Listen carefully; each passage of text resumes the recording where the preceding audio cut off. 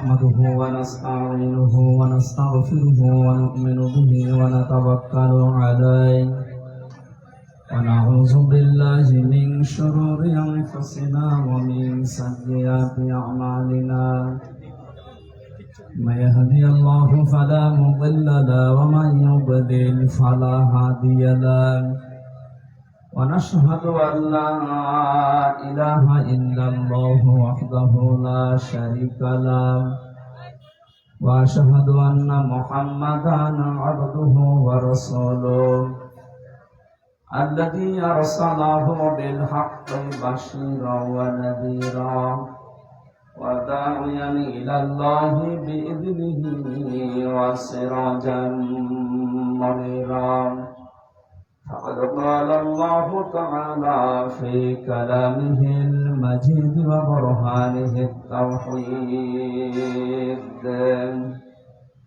أعوذ بالله من الشيطان الرجيم بسم الله الرحمن الرحيم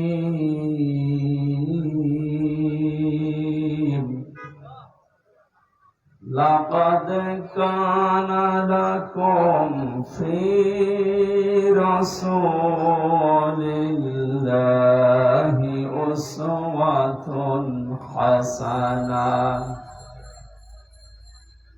أسوة حسنة لمن كان يرجو الله واليوم الآخر وذكر الله كثيرا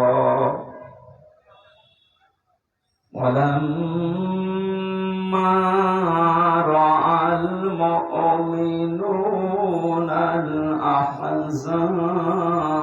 الأحزاب قالوا هذا ما وعدنا الله ورسوله وصدق الله ورسوله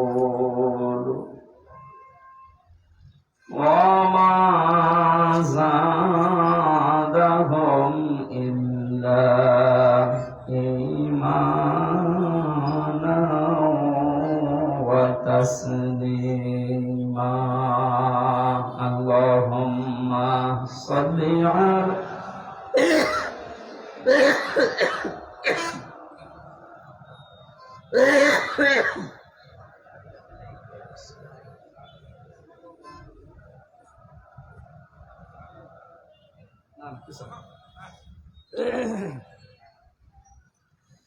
কত ব্যথা কত ভাবে সয়েছ যে তুমি তোমারই খুনে লাল তায়েফের ভূমি ফেরেশতা এসে চায় ধ্বংসের হুকুম লৌহ মাখা মোহাম্মদ প্রাণ ইতিহাস রাত হে আল্লাহ ক্ষমা করো এ তায়েফবাসীর এরা বোঝেনি তো আমি যে মোহাম্মদ হৃদয়ে মোহাম্মদ আলহামদুলিল্লাহ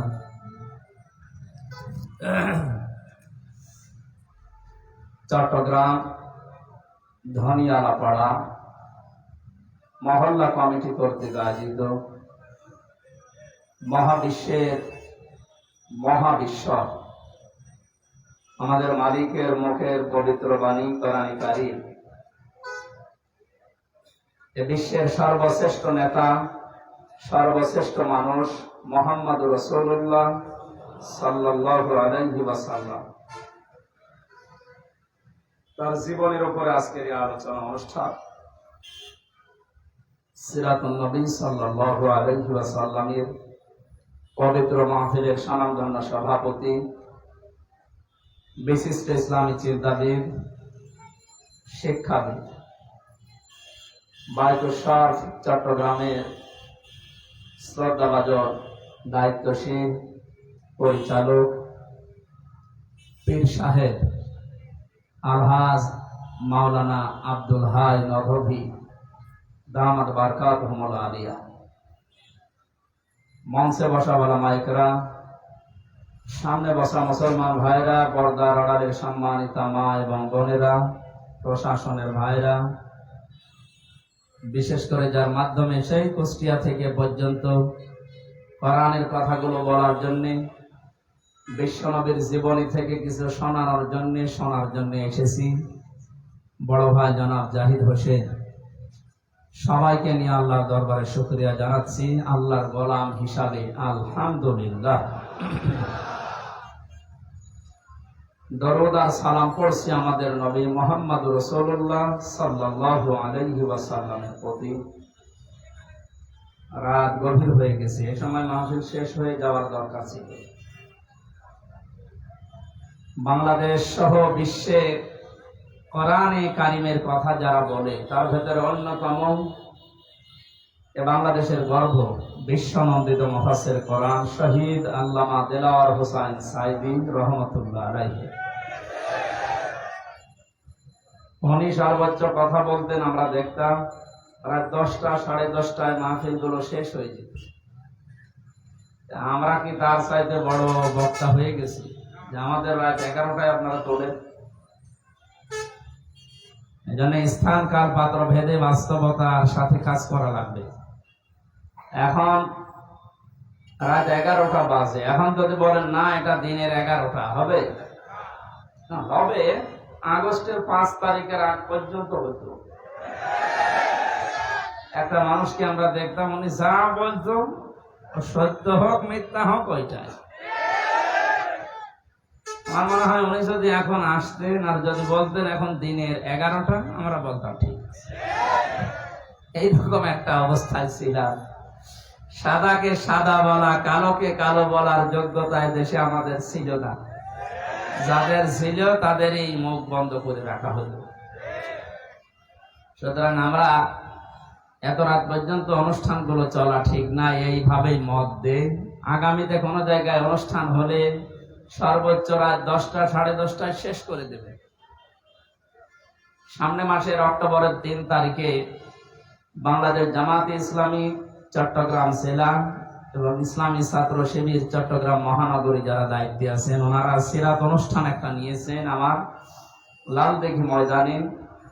ওনারা 9টায় চলবে, 10টা 10:30টায় শেষ হয়ে যাবে ইনশাআল্লাহ। 8:30টায় 8:30টা থেকে 9:30 বা 10টায় আমরা শেষ করে দেব। ওই রকম অনুষ্ঠান সাজাবেন তাহলে আমি আসবো। আর এই পর্যন্ত যদি করেন যে তোলবেনই রাত 11টায়, তাহলে আমরা আগে থেকে মানা করে দেব। আমার তো আরো কাজ কাম আছে, শরীর ঠিকছে না। ওনারা জানেন আমি 3টে বছর জেলখানার ভেতরে ছিলাম বিনা কারণে, কিছু জানি না। আলহামদুলিল্লাহ কয়েকদিন আগে আমার মামলা সব খারিজ হয়ে গেছে। যিনি জজ ছিলেন মামলার কপি হাতে নিয়ে বলছে আমি কি দেখে রায় দেব, এর ভেতরে কোনো তো মাল নেই, সব বাদ দিয়ে। উনি এতদিনও এই মামলা হাতে ছিল কিন্তু রায় দিতে পারেনি, খারিজ করে দিলাম এই কথা বলতে পারেনি, কারণ ওনার হাত বাঁধা ছিল। বৈষম্য বিরোধী ছাত্র আন্দোলনে যে 9টা দফা আছে তার ভেতরে অন্যতম দফা এই যে আমরা এদেশে কারো হাত বাঁধা দেখতে চাই না। আমরা চাই সবার হাত খোলা থাকবে। আপনারা জানেন এদেশে 1628টা মানুষ দায়িত্ব পালন করে মেন ভাবে। এই যে এরকম চেয়ার 1628, কত এর ভেতরে 1627টা চেয়ারের হাত বাঁধা ছিল। শুধু যিনি হাজী সাহেবা ওনার হাতটা খোলা ছিল। যেহেতু হাত খোলা ছিল, যখন যা মনে করতো তাই করতো। আর বাকি সে কাওয়া কাকু থেকে শুরু করে এই হাসাও মাহমুদ পর্যন্ত, মানে আমাদের কুষ্টিয়ার হানিফ সহ যারা এই দেশের চেয়ারে ছিল, সব যাই বলেন সব চাপার উপরে। এইটাই বাস্তবতা। আপনি মন খারাপ করেন আর মন ভালো করেন, এইটাই বাস্তবতা ছিল। ওনাদের সবার হাত বাঁধা ছিল। কি ছিল? যেহেতু এখন হাত সবার খোলা হয়ে গেছে, আমরা চাই কিয়ামতের আগে দেশে যেন কারো হাত আর বাধা না থাকে। যারা যেখানে দায়িত্ব পালন করবে হাত খোলা অবস্থায় শহীদ আবু সাইদের মতো যেন হাত মেলে দিতে পারে ইনশাআল্লাহ। দল মত জাতি বর্ণ ধর্ম নির্বিশেষে এই অনুষ্ঠানটা আজকে শুধু বাংলাদেশ জামাত ইসলামী আর ছাত্র শিবিরে না, সবার জন্য। হাদা বায়ানুল লিন্নাস হুদাল লিন্নাস। কোরআনে কারীম যেমন সবার জন্য, আজকের এই আলোচনাও হবে সবার জন্য। গত কয়েকদিন আগে দিনাজপুর শহরে 10 জন মানুষ মুসলমান হয়েছে এক স্টেজে আমার কাছে। কোরআনে কারীমের আলোচনা তাদের কাছে ভালো লেগেছে, তারা পছন্দ করেছে, আর আল্লাহ পাক হেদায়েত দিয়েছে। আমরা যেন ওই রকম নিয়ত নিয়ে শুনি যে আমরা যেন হেদায়েত যা পেয়েছি আরো উপরে যেতে পারি নাকি। আমার মতো আপনার মতো কোরআনে কারীম শুনেছিল আব্দুল্লাহ বিন উবাই, কিন্তু হেদায়েত পায়নি, বলেন না কেন? তারও আমার মতো দাড়ি ছিল, জব্বা ছিল, পাগড়ি ছিল, হাতে তসবিহ ছিল, নবীর পেছনে নামাজ পড়তো। আপনি নামাজ পড়েন হয়তো বায়তুল শরফে, সে নামাজ পড়তো কাবা শরীফে আর মসজিদে নববীতে। সে নবীদের সাথে ইফতারি করতো রোজাকে অবস্থায়। কোথায় পৌঁছিয়েছিল বলেন তো? হেদায়েত পায়নি। মারা যাওয়ার পরে তার জানাজার নামাজ পর্যন্ত রাসূলুল্লাহকে আল্লাহ পড়তে দেয়নি। অবশ্য সুবহানাল্লাহ, কোন এলাকায় আসলাম? এটা লোকের জানাজার নামাজ পড়তে দিচ্ছে না, যদি সুবহানাল্লাহ বলে। এখানকার শ্রোতা তো মনে হচ্ছে সেরকম মানের শ্রোতা না, এরা তো কখন সুবহানাল্লাহ কখন নাউজুবিল্লাহ। এক লোকের কাছে দোকানে যে লোকজন বলছে, চাচা আপনি চা খান, আপনার ছেলে তো এই প্লাস পেয়েছে, বলছে নাউজুবিল্লাহ। অন্তত সেরকম করছে, একটু বুঝে শুনে বলবেন। মসজিদে নববীতে নবীজি বসা 22 জন সাহাবী নিয়ে। কতজন? একটা ছোট্ট বাচ্চা আসলেন, ডাক দিয়ে বলেন, হে রাসূল, আমার বাবা মারা গেছে, আপনাকে 2টা কথা জানাতে বলেছে আমার বাবা। 1 নম্বরে আপনার জুব্বা খুলে দেবেন আমার বাবার জন্য, আমি কাফনের কাপড় বানাবো। 2 নম্বরে আপনি আমার বাবার জানাজা পড়ে তাকে কবরে রাখবেন। নবীজি বললেন, ঠিক আছে চলো। 21 জন দাঁড়িয়ে গেছে, 1 জন বসে আছে, হযরত ওমর রাদিয়াল্লাহু তাআলা আনহু। উনি নবীজির জামা টেনে ধরলেন। খুব খেয়াল করে শুনবেন, বাস্তবতার সাথে এই 1500 বছর পরেও মিলে যাবে ইনশাআল্লাহ। নবীজি ডাক দিয়ে বলেন, ওমর জামা ছেড়ে দাও। হযরত ওমর বলেন, ইয়া রাসূলুল্লাহ, যে লোকটার জানাজার নামাজ পড়ার জন্য আপনি দাঁড়িয়ে গেলেন, জায়গায় জুব্বা খুলে দেবেন বলে আপনি ইচ্ছা করেছেন, আপনি জানেন না এই লোকটা আপনার পেছন থেকে 300 মানুষ নিয়ে উহুদের ময়দান থেকে ভেগে গিয়েছিল। আপনি শিশুর মতো ক্রন্দন করেছিলেন ওই দিন, আপনি দয়া করে জামা দেবেন না। নবীজি বললেন, ওমর জামা ছেড়ে দাও, আল্লাহ আমাকে এখনো নিষেধ করে নাই তার জানাজা পড়তে। বদরের ময়দানে যে 14 জন মানুষকে আটক করা অবস্থায় বন্দিশালায় বন্দী করে রাখা হয়েছিল, তাদের ভেতরে আমার চাচা হযরত আব্বাস ছিল। তাকে এত টাইট করে বেঁধে রাখা হয়েছিল। রাতের বেলা বন্দীদেরকে আমি দেখতে গেলাম, যে দেখি আমার চাচা কাতরাচ্ছে। তুমি আমার ডান দিকে ছিলে, আব্দুল্লাহ বিন উবাই যে মারা গেছে ও আমার পেছনে ছিল বাম দিকে। আমার চাচা আর এই অবস্থা দেখে নিজের জামা ওই দিন খুলে আমার হাতে দিয়েছিল, হে রাসূল এটা আপনার চাচাকে দেন। যেহেতু দুনিয়াতে আমার চাচার একটা উপকার করেছে লোকটা, কিয়ামতের ময়দানে হয়তো এ দাবি তুলতে পারে, এজন্য আমার জামা দিয়ে ওরে আমি শোধ করে দিলাম। ওর কাছে আমি কোনো ঋণ থাকলাম না, দেন জামা দিয়ে দেন। 22 জনের 21 জন সহ তার সন্তান ওই যে আব্দুল্লাহ, তাকে সহ যাচ্ছেন। বিশ্ব নবী জানাজার নামাজ পড়ানোর জন্য কাতার সোজা করে দাঁড়িয়েও গেছেন। শুরু করবেন জানাজা। হঠাৎ জিবরাইল এসে বলেন, হে নবী দাঁড়ান।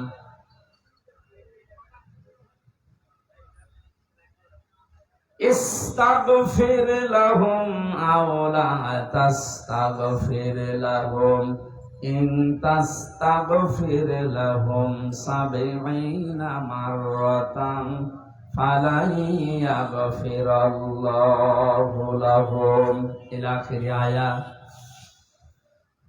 সূরা তাওবা 10 নম্বর পারা 19 নম্বর পৃষ্ঠার প্রথম নম্বর লাইনের 84 নম্বর আয়াত।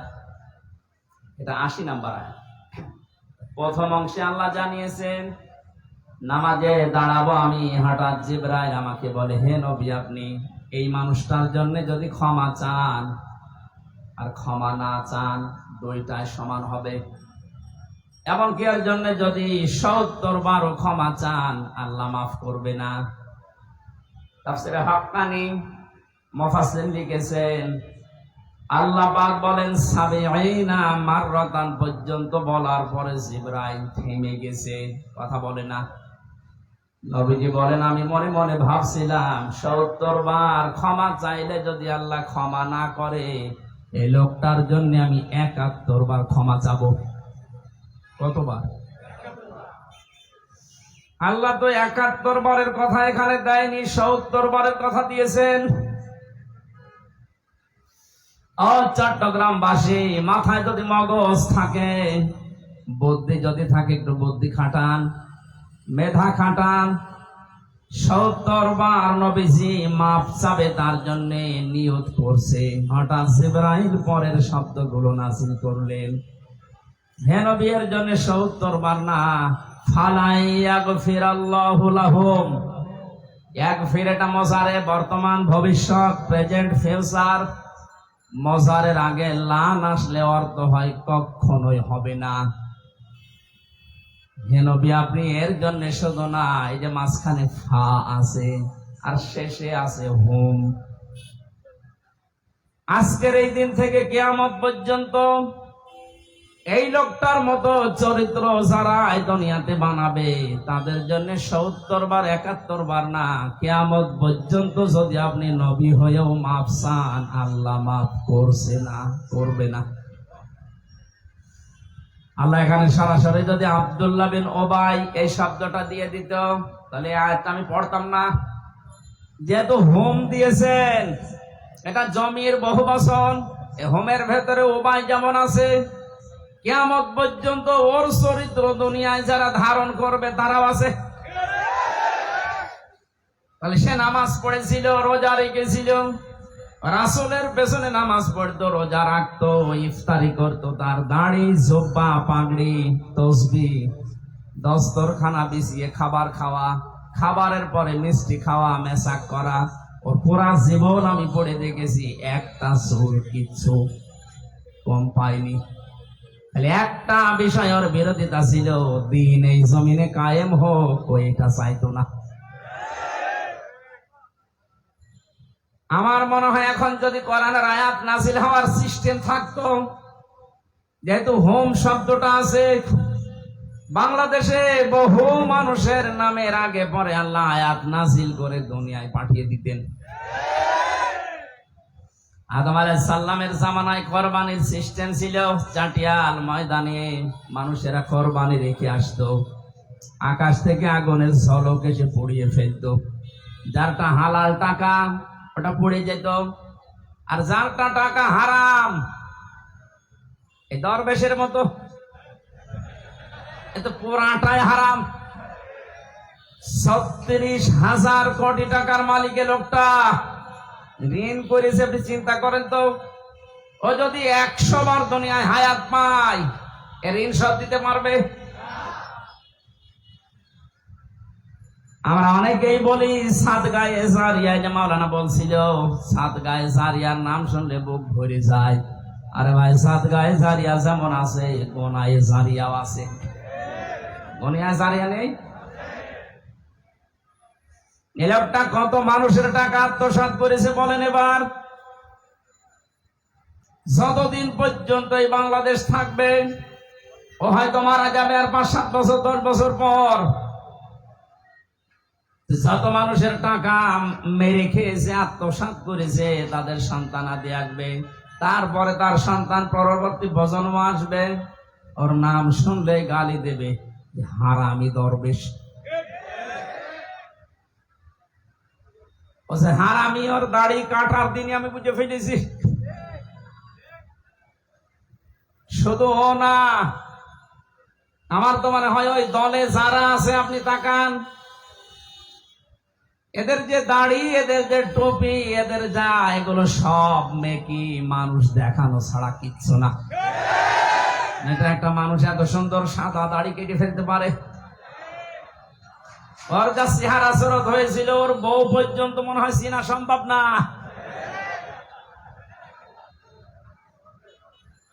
হোমটা দিয়ে যেহেতু আমরাও ঝামেলায় আছি, এই জন্য আমরা যেন ঝামেলায় পড়ে না যাই, সতর্ক হই।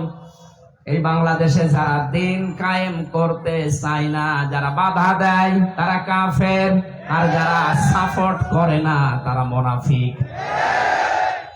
আব্দুল্লাহ বিন উবাই সরাসরি দিন কায়েমে ছিল না, ও বাধা দেয়নি, কিন্তু সরাসরি সাহায্য না করে এটা যেন কায়েম হতে না পারে, তাদেরকেও সাপোর্ট করত। এর সাথে এবার আপনি জীবন মিলাবেন। দিন কায়েম নিজে করেন না, এই জমিনে দিন কায়েম হোক, আল্লাহর দিন, এটা আপনি চান না, চেষ্টা নেই। যারা করছে আপনি তাদের বাধা দিচ্ছেন এবং সাপোর্টও করেন না তাদের। এবং যে মানুষগুলো দিন কায়েমের বিরুদ্ধে আছে, আপনি তাদের তলে তলে সাপোর্ট করেন। কথা বললে না কেন? এই আচরণ যারা করছেন, তারা যদি মনে করেন আমি তো নামাজ পড়ি, রোজা রাখি, হজ করে এসেছি, এরপরও আল্লাহ আমারে মাফ করবে না, মানে হ্যাঁ, শোনেন এবার সূরা আরাফ ৮ নাম্বার পারার ২০ নাম্বার পৃষ্ঠার ৩ নাম্বার লাইনের ৮৩ নাম্বার আয়াত সূরা আরাফে আল্লাহ পাক বলেন, লূত আলাইহিস সালামের জামানায় ২ জন ফেরেশতাকে আমি পাঠালাম আসরের সময়। ডাক দিয়ে বললাম, লূত নবী, উম্মতদেরকে নিয়ে চলে যান এখান থেকে, মাগরিবের সময় আল্লাহর গজব এখানে নাজিল হবে, কিন্তু সাবধান, আপনার স্ত্রীকে নেবেন না। فَأَنجَيْنَاهُ وَأَهْلَهُ إِلَّا امْرَأَتَهُ كَانَتْ مِنَ الْغَابِرِينَ। খুব খেয়াল করে শোনেন, আমি গতানুগতিক কথা বলছি না, শিক্ষা নিয়ে আসবো এখান থেকে ইনশাআল্লাহ। কোন সূরা বললাম? আরাফ, আয়াত নাম্বার ৮৩। বলেন বলেন। যত তাফসীর আছে বাংলায় এখন বেরিয়েছে, এগুলো মিলিয়ে দেখবেন, বাস্তবতা চলে আসবে সামনে। ইল্লাম রাতাহু, আপনি স্ত্রীকে নেবেন না। কারণ কি? লূত নবীর স্ত্রীর চরিত্র খারাপ ছিল না। কোন নবীর স্ত্রীর চরিত্র দুনিয়ায় খারাপ ছিল না, তারা চরিত্রহীনা ছিল না। কারণ কোন নবীর রক্ত আল্লাহ কোন হারাম জায়গায় প্রবেশ করার নাই। কথা বুঝতেছে? তারা হয়তো বিরোধিতা করেছে, বাতিলকে গোপনে সাপোর্ট করেছে, কিন্তু কোন হারাম রক্তের ভেতরে আল্লাহ নবীদের রক্ত প্রবেশ করার নাই। কারণ এই পৃথিবীতে নবীরা ছিলেন বিশ্ব নেতা। কি ছিলেন? আরো জোরে বলেন। কিয়ামত পর্যন্ত নবীদের নেতৃত্ব টিকে থাকবে। তাহলে নবীরা যেহেতু নেতা, নেতা হওয়ার 7টা গুণ লাগে। তার 1 নম্বরে তাদের জন্ম। প্রতিটি নবী ছিলেন বৈধ জন্মের অধিকারী। হযরত ঈসাকে নিয়ে অনেকে কথা বলে যে ওনার বাবা নেই, ওনার জন্ম না। হযরত ঈসা দোলনায় থেকেই বলেছিলেন, আলা ইন্নী আবদুল্লাহ। তোমরা যারা আমাকে বৈধ অবৈধ এই মানদণ্ডে উল্টা পাল্টা কথা আমার চরিত্রে লাগাতে চাও, শুনে নাও, আমি পরিচয় তুলে ধরলাম, আমি আল্লাহর বান্দা। আতানিয়াল কিতাব ওয়া জাআলানি নাবিয়্যা। আল্লাহ আমাকে কিতাব দিয়েছে এবং এ জামানার নবী করে পাঠিয়েছে। দোলনায় থাকতে কেউ কথা বলতে পারে না, এইটাই পৃথিবীতে মানুষ জানে। কিন্তু তিনজন মানুষকে আল্লাহ তাদের মুখ দিয়ে দোলনা থেকে মায়ের কোলে বসিয়ে কথা বলিয়ে চরিত্রের গ্যারান্টি দিয়েছেন। জোরে বলেন সুবহানাল্লাহ। হযরত ইউসুফ নবীর চরিত্রের গ্যারান্টি দিয়েছিল যে বালকটা, ওইটাও দোলনায় বসে মায়ের কোলে বসে কথা বলেন এখন। আর একজন আল্লাহর ওলির চরিত্রের গ্যারান্টি দিয়েছিল কোলে বসে একটা বাচ্চা, আর এদিকে হযরত ঈসা। এই তিনজন মানুষ একেবারে দোলনায় মায়ের কোলে বসে জবান থেকে মানুষের মতো কথা আমাদের মতো স্পষ্ট ভাবে জানিয়েছে, আমি অবৈধ না, আমি আব্দুল্লাহ, আল্লাহর বান্দা। কেন আমি আল্লাহর বান্দা দাবি করছি? আল্লাহ আমাকে কিতাব দিয়েবে সামনে এবং জামানার নবী করে আমাকে আল্লাহ পাঠিয়েছেন। ও চট্টগ্রামবাসী, এখান থেকে মুফাসসিরিন ইকরাম শিক্ষা বের করেছেন, পৃথিবীর প্রতিটি নবী যেহেতু জামানার নেতা, আর নেতাদের 7টা বৈশিষ্ট্যের প্রথম বৈশিষ্ট্য তারা কোনোদিন অবৈধ না। কোন হারাম রক্তের ভেতরে আল্লাহ বিশ্ব নেতা যারা হবে তাদের রক্ত প্রবেশ করার নাই। অথচ বাস্তবতা পুরা উল্টা। তাম দুনিয়ায় এখন বহু বিশ্ব নেতা বের হচ্ছে যাদের মা এক ধর্মের, বাবা আর এক ধর্মের। এটা জোরে বলার দরকার। এটা কি বোঝেন আপনি? আন্দাজে দাবি করলেই হবে যে বিশ্ব নেতা? আপনি তার জীবনী পড়ে দেখেন তো। আপনি হাসছেন মানে বুঝে ফেলেছেন? হ্যাঁ, আপনার হয়তো বোঝার দরকার নেই। আমি কি এটা বানালাম বলেন তো? তার জীবনী পাওয়া যাচ্ছে, পড়েন। আমার ফাঁসি চাই এই বইটা একটু কেনেন। তার মা কোনটা, বাবা কোন ধর্মের আপনি দেখতে পাবেন। তার ছোটবেলার নাম কি সেইটাও আপনি দেখতে পাবেন। বিশ্ব নেতা হয় কি করে বলেন তো? 7টা কারণ পেয়েছি সূরা ইয়াসিনের তাফসীর পড়তে গিয়ে। ওখানে প্রথম নাম্বারে বিশ্ব নেতা যারা দুনিয়ায়, আল্লাহ পাক তাদের রক্তকে কোনো হারাম রক্তে ঢোকান নাই। হযরত লূত নবীর স্ত্রীর চরিত্র খারাপ ছিল না, সে বেশ্যা ছিল না, সে চরিত্রহীনা ছিল না, সে জেনা ব্যভিচার করে নাই, সে ভালো মানুষ। কিন্তু তলে তলে চরিত্রহীন যারা তাদেরকে সাপোর্ট করত। কথা বলে না কেন? আপনি বলেন তো এই আয়াত থেকে কি পেলেন? নিজে ভালো মানুষ, নিজে নামাজ পড়ে, রোজা রাখে, দাড়ি আছে, জুব্বা আছে, হজ করে আসে, নিজের বউ পর্দায় থাকে, কিন্তু তলে তলে এমন মানুষকে সাপোর্ট করে যার চরিত্র ভালো না। এরকম মানুষ দেশে নেই?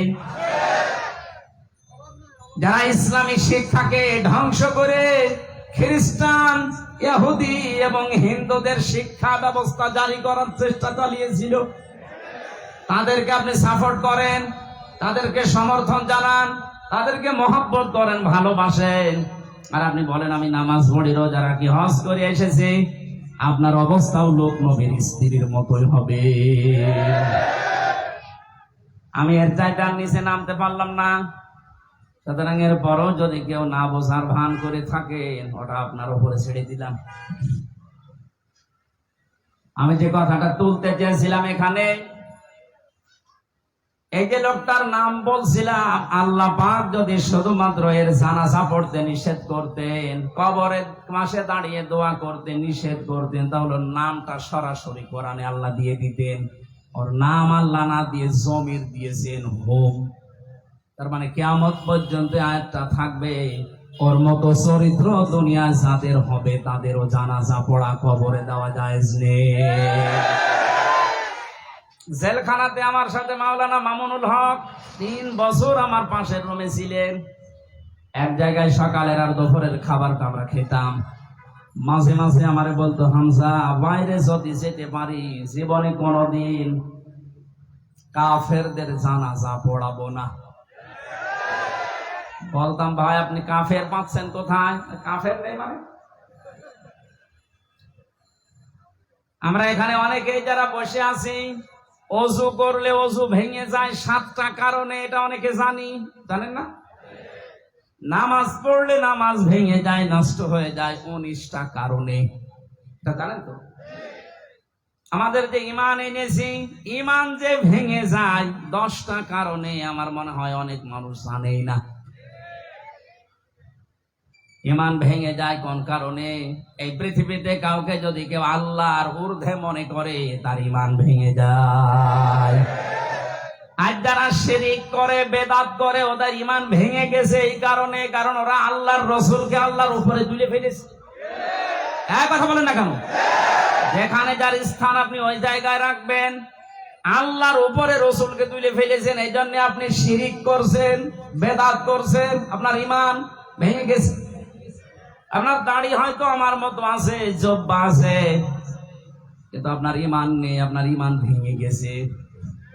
2 নম্বরে দুনিয়ায় আমরা দেখলাম এই 15.5 বছরে একটা মানুষকে উপরে তোলার জন্য এত জিকির করা, এত আলোচনা করা হয়েছে। আমার মনে হয় এত জিকির যদি আল্লাহর আমরা করতে পারতাম, আমরা আল্লাহর ওলি হয়ে যেতাম। কি হইলো বলেন তো এই 15.5 বছরে? আল্লাহ বলেছিলেন কালিমাতুল্লাহি হিয়াল উলিয়া, আমার কালেমা থাকবে সবার উপরে। অথচ এই 15.5 বছরে দেখলাম না, আল্লাহু আকবার নেই, লা ইলাহা ইল্লাল্লাহ নেই, উপরে আছে অন্যজন। আল্লাহ এত বেশি রাগান্বিত হয়েছিলেন, সমলে ধ্বংস করে দিয়েছেন। এখন প্রধান উপদেষ্টার পেছনে লেখা দেখেছেন, মাথার উপরে লা ইলাহা ইল্লাল্লাহ মুহাম্মাদুর রাসূলুল্লাহ। আমরা এইটাই চাই, কথা বলেন না কেন? শুধু এইটা না, বাংলাদেশের যে সমস্ত বিশ্ববিদ্যালয় থেকে মনোগ্রামে ইকরা বিসমি রাব্বিকাল্লাযী খলাক, ইন্নাদ-দীনা ইনদাল্লাহিল ইসলাম, এগুলো বাদ দেওয়া হয়েছে। আমরা চাই এগুলো আবার পুনরায় ওখানে সংযোজন করা হোক। হ্যাঁ, দাবি করেন না? এটা কি দুনিয়ার কোন মানুষের দাবি? কেন মানুষের দাবি না? বিশ্বনবী যেই দিন নবুয়ত পাবেন, ওই দিন তাকে জিবরাইল এসে বলেছিলেন ইকরা, তিনি বললেন আমি পড়তে পারি না। দ্বিতীয়বার যখন বললেন ইকরা, বলেন না মা আনা বিকারি, আমি জানি না পড়তে। তৃতীয়বার যখন গম বুকে চাপ দিয়ে বললেন ইকরা বিসমি রাব্বিকাল্লাযী খলাক, নবীজি পর শুধু পড়েন নাই, 5টা আয়াত পড়েছিলেন। আমি আবার বলছি, গতানুগতিক কথা আমি বলি না, এখান থেকে শিক্ষা আছে 5টা। এদিকে তাকান। 1 নম্বরে জিবরাইল বললেন, এতক্ষণ বারবার বলি যে পড়েন পড়েন পড়েন, আপনি পড়েন না। এখন যে একেবারে 5টা আয়াত পড়লেন আমার সাথে, নবীজি বলেছিলেন যে এতক্ষণ তো আপনি আমাকে বলেননি যে রবের নামে পড়া লাগবে, আপনি শুধু বলেছেন ইকরা, পড়ো। কি পড়বো? যখনই বলেছেন বিইসমি রাব্বিকা, রবের নামে, আমি আর দেরি করি নাই। এটা শুধু আজকে না, কিয়ামত পর্যন্ত আমার উম্মত যারা দুনিয়ায় আসবে তাদের জন্য এইটাই শিক্ষা, তারা যেন রব বাদ দিয়ে কারো নামে না পড়ে। অথচ এটা পুরা উল্টিয়ে ফেলেছিল ওরা, আল্লাহর নামে পড়াশোনা বাদ দিয়ে বাবার নামে আরম্ভ করেছিল। সুনামগঞ্জের সাল্লায় এক মাদ্রাসায় ইসলাম শিক্ষা পড়াচ্ছে এক হিন্দু। কোথায় পৌঁছিয়েছিল শিক্ষা আপনি টের পেয়েছেন? আর এগুলোর জন্য দায়ী চট্টগ্রামের এই ছেলেটা।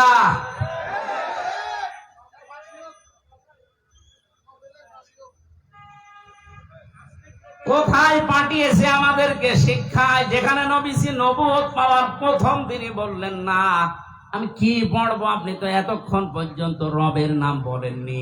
রবের নাম বলার সঙ্গে সঙ্গে আমি পড়েছি। সুতরাং আমার উম্মতেরা যেন এটা কিয়ামত পর্যন্ত মনে রাখে যে রব ছাড়া পড়া জায়েজ নেই। রব বাদ দিয়ে যদি পড়া হয়, ওটা পড়া হবে ঠিক, কিন্তু ও পড়ায় মানুষ হবে না। আমি এই চোখে দেখেছি, বিশ্ববিদ্যালয় থেকে অনার্স মাস্টার শেষ করে বের হয়ে যাবে কয়েকদিন পর, শিক্ষক ক্লাস নিচ্ছে, জুতা দিয়ে পিটাচ্ছে ছাত্র। বলছে শালা করে মেরেই ফেলবো। শিক্ষক বলছে বাবা তুই আমারে মাফ কর, জীবনে আমি আর ক্লাস নেব না। বলে না, তোরে মেরে ফেলবো। এটা ছাত্র, এটা কি? আমি তোকে এইটাও দেখেছি, যারা বিস্মি রব্বিকাল্লাযী খালাক রবের নামে পড়া আরম্ভ করে, বয়স মাত্র 6.5-7 বছর, শিক্ষক অজু করছে, ছাত্র পায়ে পানি ঢেলে দিচ্ছে। ওইটাও তো ছাত্র, ওটা মাস্টার্স করছে, আর এটা কেবল শুরু করেছে ইকরা বিস্মি, এটাও ছাত্র। রবের নামে পড়ার, রবের বাইরে পড়ার পার্থক্য দেখলেন? আহ্বান জানাবো, এখন থেকে আপনার ছেলে হোক আর মেয়ে হোক, 3টা বছর অন্তত যেখানে রবের নামে পড়ানো হয় 3 বছর পড়াবেন। এরপর আপনি যেখানে দেবেন, ইচ্ছা দেন, আমি নিষেধ করি না। 2টা গ্যারান্টি দিয়ে গেলাম, কোনদিন এই ছেলে মেয়ে নেশা করবে না। কোনদিন আপনার এই ছেলে মেয়ে আপনাকে বৃদ্ধাশ্রমে রেখে আসবে না। আর যারা রবের নামে বাদ দিয়ে বাইরের নামে পড়ে, তাকান তাদের চরিত্রের দিকে। শিক্ষক ধরে যারা পিটাতে পারে, ওরা বাবা মাকে পিটাবে 1 আর 2। বৃদ্ধ বয়সে তারাই আপনাকে বৃদ্ধাশ্রমে রেখে আসবে।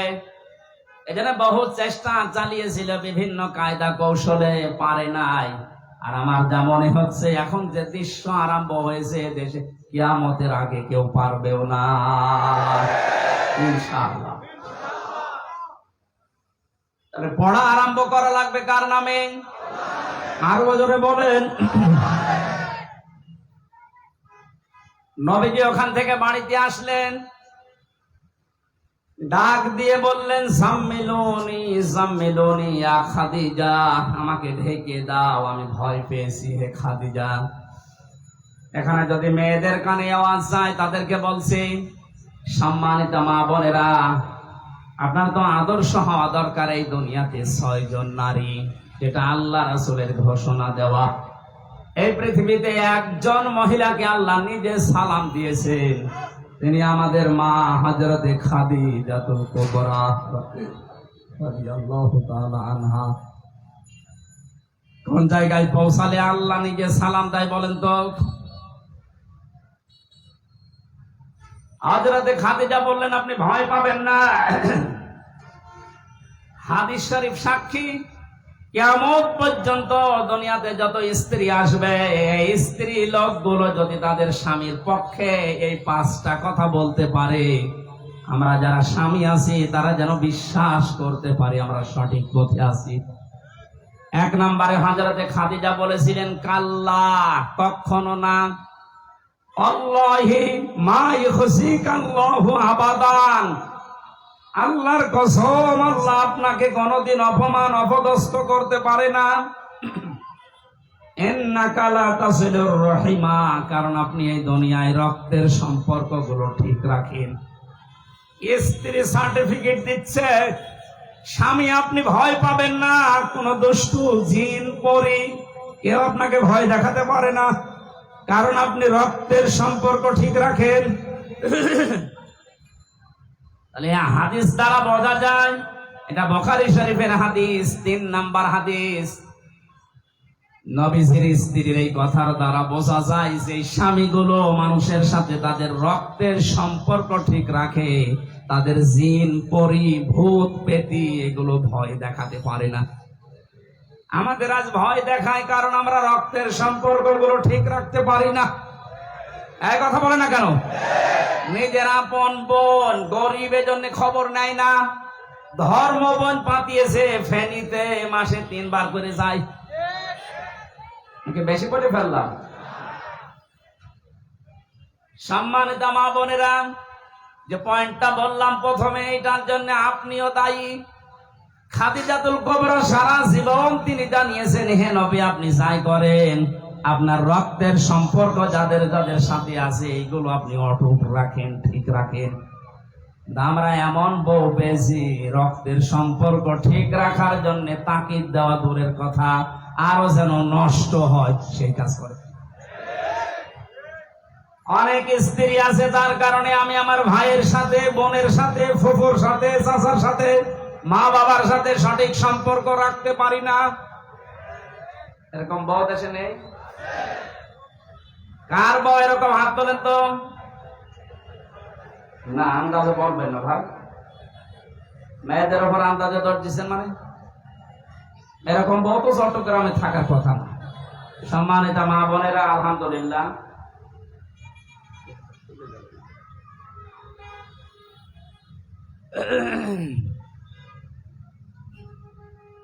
দুই নম্বরে হযরতে খাদিজাতুল কুবরা জানিয়েছিলেন, পৃথিবীর মহিলারা যদি চাও যে আমার স্বামী বেশি দিন বেঁচে থাক, আমার স্বামীর ইজ্জত সম্মান টাকা পয়সা এগুলো আরো বেড়ে যাক, তবে তুমি সব সময় স্বামীকে তাকিদ দেবে যে স্বামী তুমি যাই করো অন্তত রক্তের সম্পর্কগুলো ঠিক রাখো। কোরআনে কারীম জানিয়েছে, ইয়াসআলুনাকা মাযা ইউনফিকুন কুল মা আনফাকতুম মিন খায়রিন ফালিল ওয়ালিদাইনি ওয়াল আকরাবিন ইলা আখিরি আয়াত।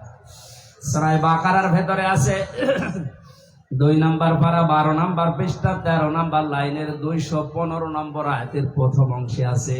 এটা তাফসিরে ইবনে কাসির পাবেন। আল্লাহ পাক বলেন, নবী, দুনিয়ার মানুষ যদি আপনাকে বলে যে টাকা পয়সা খরচ করব কোথায়, আমি এতদিন টাকা পয়সা উপায় করি না, এখন উপায় করা শিখেছি, এখন আমি ইনকাম করি, জীবনের প্রথম ইনকামের টাকা আমি কোথায় দিয়ে আসবো? কোন মাজারে, কোন কবরে, কোন দরগায়, কোন পীর সাহেবের দরবারে? আল্লাহ বলেন না, প্রথম পয়সা জীবনে উপায় করলেই খরচ করবা ভালো কাজে। কি কাজে? বলেন বলেন। এই ব্যাখ্যাটা যদি আমরা বাংলাদেশে যত পীর সাহেব আছে তাদের কাছে ছেড়ে দিতাম, তারা তাদের নিজের দরবারের দিকে টেনে ব্যাখ্যা করতো যে ভালো কাজ পাও না, এ দরবারে দিয়ে যাও, এটাই ভালো কাজ। কথা বলেন না কেন? যারা এদেশে ইসলামী আন্দোলন করে তাদেরকে যদি বলতেন যে ভালো কাজ, ওরা বলতো ভালো কাজ খুঁজে পাচ্ছেন না, মিছিল হবে এখন, এখানে দিয়ে যান। কথা বলছেন না কেন? পৃথিবীতে যারা জীবন চিল্লা দিয়ে বেড়াচ্ছে তাদেরকে যদি জিজ্ঞাসা করতেন যে ভালো কাজে খরচ করার কথা, যে ভালো কাজ কোনটা, তারা বলতো ভালো কাজ খুঁজে পান না। সকাল সন্ধ্যা যারা আল্লাহর দিকে মানুষকে ডাকে, 3 দিন 40 দিন জীবন চিল্লায় যারা চলে যাচ্ছে, এদেরকে দেন। কথা বলেন না কেন? আল্লাহ পাকের জন্য নিজের হাতে ব্যাখ্যা রেখেছেন, কারো হাতে ছেড়ে দেননি। রব্বুল আলামিন বলেন ভালো কাজ কোনটা, এবার শোন, ফালিল ওয়ালিদাইনি ওয়াল আকরাবিন। এই পৃথিবীতে যত ভালো কাজ আছে, 1 নাম্বার ভালো কাজ হচ্ছে মা বাবার জন্য খরচ করা। সুবহানাল্লাহ বলতে পারেন নাই? আজ অনেকে চলে যাচ্ছে সেই সিলেটে, সেই বরিশালে, চট্টগ্রামে। না, আপনার জন্য আপনার জীবনের প্রথম টাকা খরচ করার দায়িত্ব আপনার মায়ের জন্য, বাবার জন্য। এদের চাইতে বড় পীর দুনিয়ায় আর নেই। কথা বলেন ঠিক কিনা? 2 নম্বরে ওয়াল আকরাবিন, নিকটাত্মীয় যারা, তাদের জন্য খরচ করেন। কোরআন আমাদেরকে যেটা জানিয়েছে তার বাইরে যদি আমরা ইসলাম মানতে যাই, ওটা ইসলাম হবে না বেদাত হবে? আল্লাহ আমাদেরকে বাঁচান, বলেন আমিন। করে তাদের নামে মামলা হামলা যা করবেন করেন, কিন্তু বাকি সাধারণ কোন মানুষ যেন কষ্ট না পায়। এটা খুব গুরুত্বপূর্ণ একটা পয়েন্ট উনি দিয়েছেন আমাদের জন্য। আমরা যারা ইসলামী আন্দোলন করি, এদেশে ইসলাম কায়েম হোক, এটা আমরা যারা চাই, ওনার এই কথাকে মেনে নেওয়ার আহ্বান জানাচ্ছি। সাধারণ কোন মানুষ যেন আপনার দ্বারা নির্যাতন না, বৃষ্টি যেভাবে হচ্ছে আর হবে না। আল্লাহুম্মা আমিন। লা ইলাহা ইল্লা আনতা সুবহানাকা ইন্নী কুনতু মিনাজ জালিমিন। রব্বুল আলামিন কোরআনে কারীম এবং নবীর জীবনী শোনার জন্য বড় আশা নিয়ে আমরা বসেছিলাম। আল্লাহ তাআলা প্রাকৃতিক এই কারণ তোমার হাতে, তুমি দিয়েছো কোন বৃষ্টিতে, এই বৃষ্টি আমরা জানি না, আমরা আশা করছি এটা রহমতের বৃষ্টি। বাইরে যারা আছে বৃষ্টির কারণে অনেকে ভিজে যাচ্ছে, অসুস্থ হয়ে পড়বে, আর মানুষকে কষ্ট দেওয়া হারাম, এই কারণে আমরা শেষ করে দিলাম। যতটুকুই শুনেছি, সামনে যে কথাগুলো বলবো বলে আশা করেছিলাম, লালদিঘির ময়দানে 3 তারিখে অক্টোবরে আমরা বলার চেষ্টা চালাবো আল্লাহ। এই জন্য আজকে শেষ করে দিয়েছি, তুমি আমাদের কবুল করে নাও। তোমার বান্দা জনাব জাহিদ হোসেন এলাকার মানুষকে সাথে নিয়ে আজকের এই আয়োজনে আঞ্জাম দিয়েছিল। আল্লাহ তাআলা মেহেরবানি করে তাকে মাফ করে দাও, জান্নাতুল ফেরদাউস। বিদেশে চিকিৎসাধীন অবস্থায় আসে, দোয়া চেয়েছে তার অপারেশন যেন সফলতার সাথে হয়, সুস্থ হয়ে যেন আবার ফিরে আসে আমাদের মাঝে, সেই সুযোগ দাও আল্লাহ। আমরা শেষ করে দিলাম বৃষ্টির কারণে, তুমি আমাদেরকে মাফ করে দিও। এই মহল্লা কমিটি যারাই চেষ্টা চালিয়েছে কোরআনের মাহফিলের জন্য, আল্লাহ তুমি তার দিকে তোমার রহমত ওইভাবে এগিয়ে দিও। মরহুম মাওলানা আব্দুল জব্বার সহ কুতুবউদ্দিন সহ যত মানুষ এলাকায় ঘুমিয়ে আছে প্রত্যেককেই মাফ করে দাও। বারাকাল্লাহু লানা ওয়া লাকুম ফিল কোরআনিল আযীম। লা ইলাহা ইল্লাল্লাহু মুহাম্মাদুর রাসূলুল্লাহ।